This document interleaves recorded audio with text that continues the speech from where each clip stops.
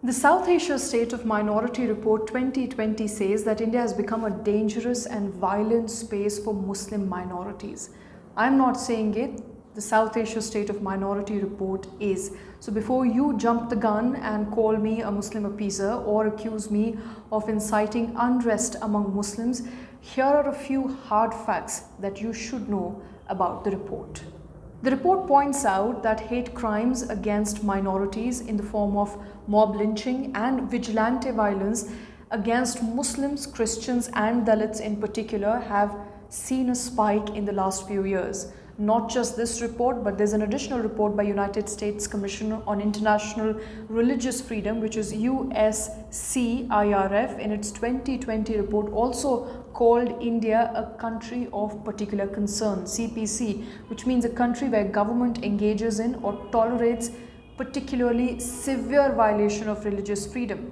So let's also take a look at a few other incidents that have been pointed out internationally in the last few years to suggest that India is becoming intolerant. In 2019, 24-year-old Tabriz Ansari was allegedly tied to a pole and thrashed with sticks by a mob in Jharkhand on suspicion of theft.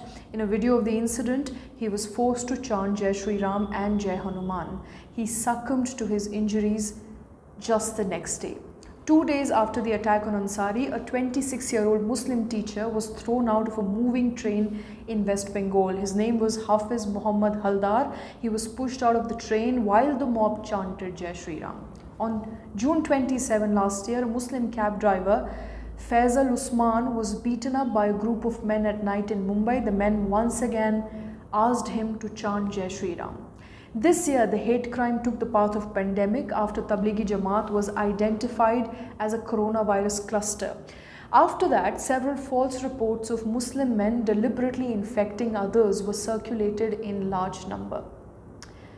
The Minority Report further says that the BJP strengthened and expanded a series of discriminatory laws and measures that target religious minorities.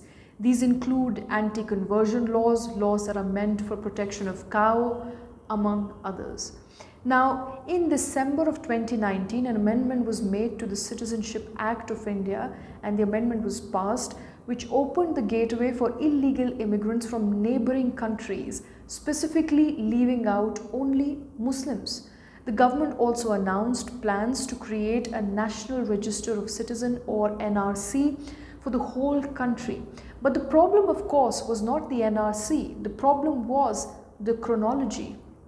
आप chronology समझ लीजिए, पहले CAB आने जा रहा है, CAB आने के बाद एनआरसी आएगा, और एनआरसी सिर्फ बंगाल के लिए नहीं आएगा, पूरे देश के लिए आएगा। घुसपैठिया देश की समस्या है। बंगाल चूंकि बॉर्डर स्टेट है तो बंगाल के लिए ज्यादा एक्यूट समस्या है, परंतु पूरे देश की समस्या है। तो पहले सीएबी आएगा, सारे शरणार्थियों को नागरिकता दिया जाएगा, तो स्वाभाविक रूप से एनआरसी से उनको भय रखने की जरूरत नहीं। Now, the assurance, therefore, was that all those who would be excluded from the NRC could make use of the provisions of CAA, or Citizenship Amendment Act 2019, for reclaiming Indian citizenship, leaving out only Muslims. Now, in Assam, the publication of the draft National Register of Citizen, or the NRC, in July 2018 to weed out foreigners left over 1.9 million people facing the possibility of mass statelessness. Muslims were feared to be the principal victims of the Assam NRC. Angry protesters, including students who led the anti-CAA NRC protest in Delhi, were met with brute force by authorities. In Assam, the first state to witness the anti-CAA protest, at least 5 people were killed in police firing. In Karnataka, 2 protesters were shot dead by the police. On 15th of December 2019, police forces in the state of UP and in Delhi stormed the campuses of Aligarh Muslim University and Jamia Millia Islamia University in Delhi, the country's 2 premier Muslim institutes or universities. After attacking students with baton, tear gas shells and live bullets, resulting in scores of injuries at both universities, the police detained hundreds of protesters, mainly students. In February 2020, BJP leader Kapil Mishra told the Delhi police to physically vacate an anti-CAA protest site or face consequences. Soon, riots broke out in Northeast District of Delhi. Many other leaders were also heard inciting the people. Several media reports pointed out and revealed the active complicity of Delhi police. The violence resulted in at least 53 deaths, including that of 34 Muslims.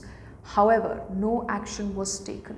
The report also found that India's civil society actors, which include human rights lawyers, activists, protesters, academics, journalists, have increasingly been under attack for speaking out against the government excesses or majoritarianism. It further says that India's case is unique in terms of alarming setback that have taken place at an extraordinary pace over the course of last few years. So over the last few years, the report says India has seen a setback when it comes to freedom of minorities, the religious freedom, the freedom to speak up against the government, among others. So not so very good report there that is coming in as far as minority freedom and the rights and liberties that minority enjoys in India is concerned.